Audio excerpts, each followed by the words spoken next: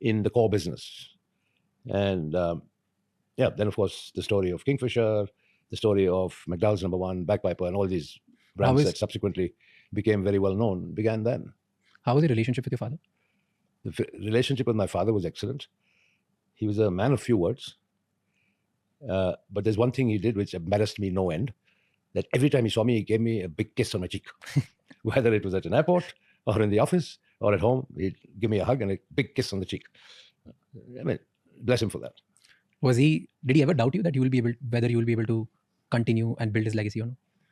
I think the biggest certificate I got was from my bosses in America. And they gave me a pretty good certificate, a pretty good report. And that finally, I think, gave him the confidence to say, my son is stepping up to my expectations. What was your first bold step in your father's company? Oh, Kingfisher. I went to my father and I said, I need 10 lakhs rupees to market Kingfisher beer. And he said, that's a princely sum of money. What are you going to do with it? How are you going to do it? Et cetera, et cetera. Because I saw in the archives of United Breweries, this label of Kingfisher beer, which had been actually launched in 1857, gathering dust and, with a pretty archaic Kingfisher bird on it, sort of prehistoric version.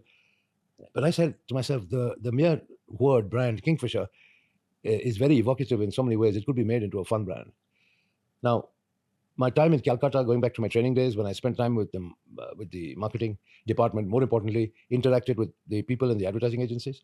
My time in America, where, I still remember the two big banks, which is Bank of America and Citibank. And Citibank said, the city never sleeps. And Bank of America came out saying, we caught the city napping.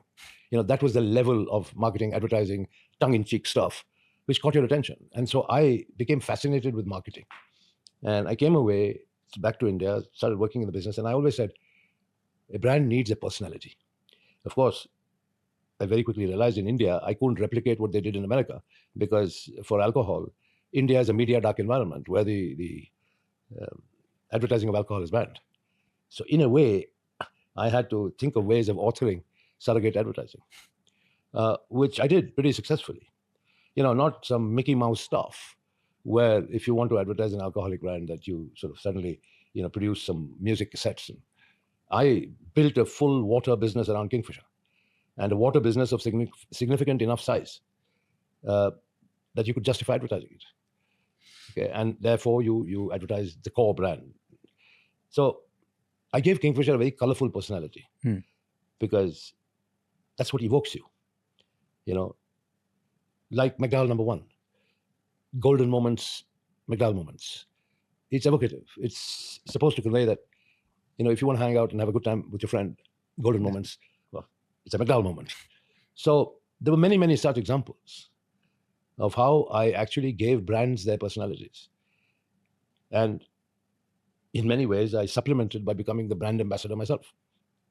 And all of this was happening when your father was still alive? Oh, absolutely. Absolutely. You said India was media dark when it comes to alcohol, which still is the reality.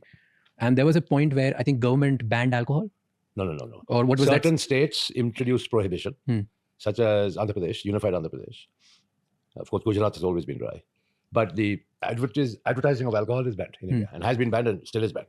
When was this time when you started acquiring a lot of alcohol brands? Because a lot of those brands were scared of the state because the state was getting involved in the alcohol business, or maybe they wanted to ban or prohibit certain things. What was this time where you started acquiring certain alcohol brands and cheap because you and your father was bullish on it? No. That was in 1977 when Morarji Desai was the Prime Minister of India, and he publicly announced that there should be prohibition all India. Okay, which means that alcohol should be banned across the country. So obviously the value of the stocks and shares of almost all alcoholic beverage companies, whether distilleries or breweries, fell. My father was very clear that prohibition could never succeed in India.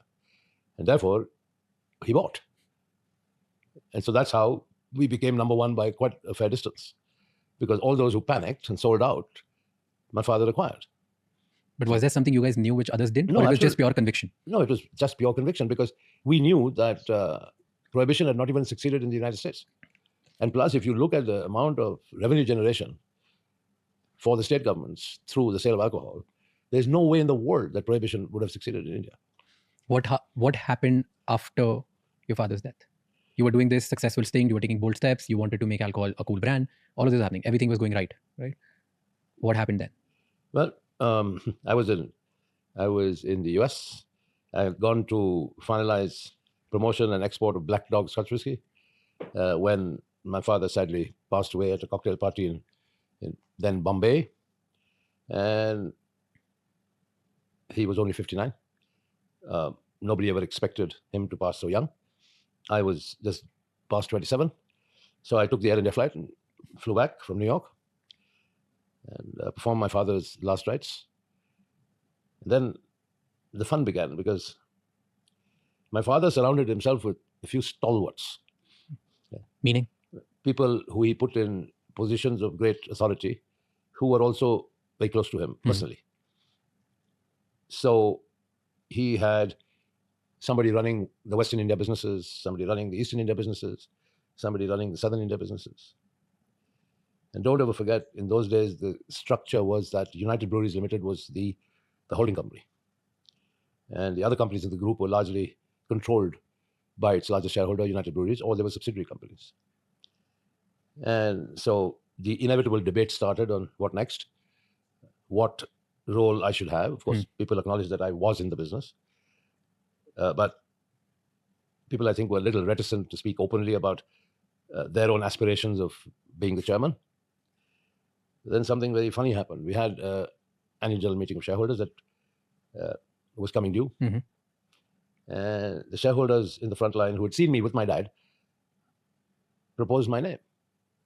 And that's how all other aspirants were silenced, because they couldn't publicly sort of get up and say that they were more qualified, particularly when it was evident I had shareholder support. And there I was installed in what I call the hot seat at a very young age. But fortunately, thanks to my upbringing, my father's insistence on proper training, familiarization with the business, time in America, time working with him, I wasn't raw.